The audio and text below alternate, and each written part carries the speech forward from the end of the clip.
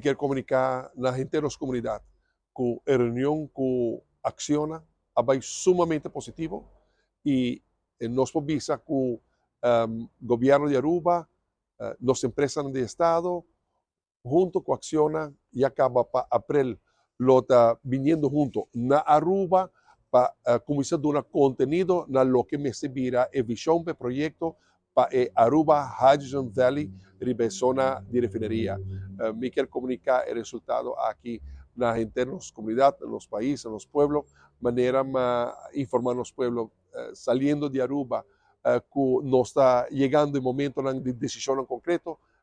acción hora cero na Modi Papia, aí chega para nós, hora cero aí chega para nós, para nos dona contenido na lo que lo virá é visão novo, é zona de refineria, é zona de energia, com o desenvolvimento de Aruba Hydrogen Valley. Me quero comunicar boa notícia aqui na nosso pueblo e, bom, agora aqui está magna obra.